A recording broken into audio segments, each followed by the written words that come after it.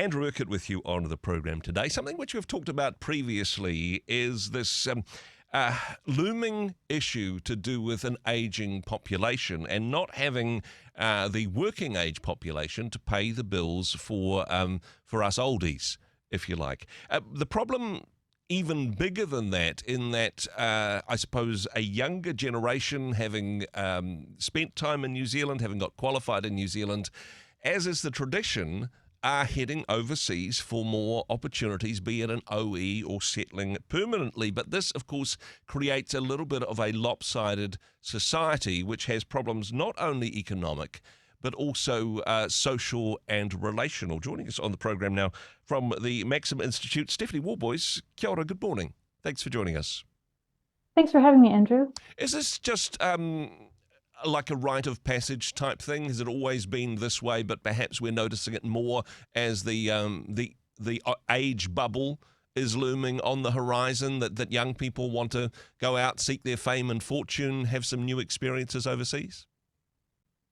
Well, I think the OE is an established New Zealand tradition, but it looks like the statistics are showing us that it's a bit more than that. So according to Stats NZ, in the year to date for up to June 2024, more New Zealanders have immigrated out of New Zealand than ever before. And the large majority of that were people ages 25 to 34. And this isn't just backpacking holidays in Vietnam. This is, we are now no longer living in New Zealand. We are buying houses, starting careers, raising families in other parts of the world. That's right. And I think we need to consider that this might be a long-term stay. That's what interested me in this particular topic. Is I came from the United States to New Zealand in my early 20s, and I wasn't sure if I was going to stay forever. But when you build a life somewhere, it's increasingly hard to go back to where you came from. Yeah. So sometimes I miss my family, but I don't think I want to start again in the United States. I live here now, and we need to consider that these young people who've gone to Australia, they're going to build a life there, and it's going to be increasingly hard for them to return to New Zealand. So in some ways, you're part of the problem, although to be fair, Stephanie, you're America's problem and the solution to our problem. So you're most welcome. Oh, thank you. When it comes to the sorts of things that keep that keep the cohesion within society, that are more attractive for young people to stay, what makes the difference, do you think? What would make people stay longer? Well, I think at the moment there's a real gap in wealth between the ages, and that is sort of borne out in the research across most of the Anglosphere. And so I was recently reading a study that compared wealth between generations, and from the Industrial Revolution to the 1950s, each generation was wealthier than the last. Yeah. But each generation after the 1950s has been poorer than the previous one at the same age.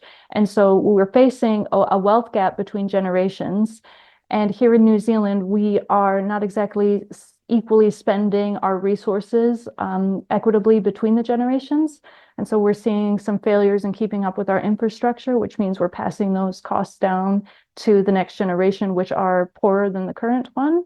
And we also are having longer wait times to access services like healthcare, and education is sort of faltering at the moment.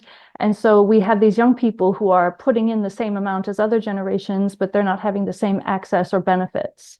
And honestly, all of us want the best for ourselves, to be able to raise a family, to be able to buy a house, to be able to work in a profession where we feel fulfilled. Just not so many opportunities to do that for younger people in New Zealand.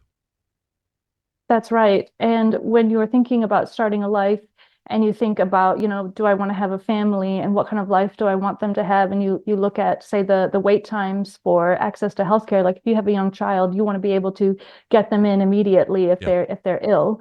And so when you're looking at those sorts of things, it's quite tempting to go somewhere else where the wages are higher, the cost of living isn't so bad, and that the access to services are better.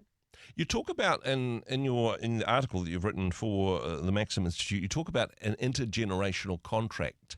This type of Okay. cohesion between the generations, which say, well, yes, the grass may be greener, but actually the relationships that I've formed, the connection I have with friends and family here, this glue is stronger than the pull uh, to travel to the other side of the world. Well, uh, Edmund Burke talks about the society being an intergenerational contract. And what Hmm. that really means is that each generation has obligations to its predecessors and successors. And the idea of that is to make sure that there are equitable benefits and burdens shared between those generations that come with living in a society. And we can see at the moment that the young Kiwis are voting with their feet. So perhaps the generational contract, at least in their view, isn't working for them. And I think we need to remember that Kiwis really value the idea of fairness. Yeah. And if it seems unfair to Kiwis, that's going to be really important and it's going to be a motivator for them.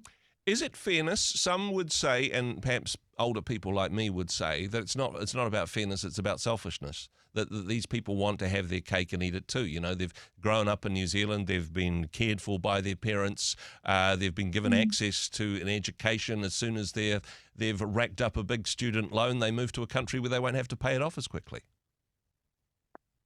Well, I'm sure there's some of that, but I think the data showing the real age gap between the wealth gap between the generations really shows that they are struggling to make a life here. Yeah. And there are a lot of the costs they're paying into society, they're not sharing in equally now that they are of working age.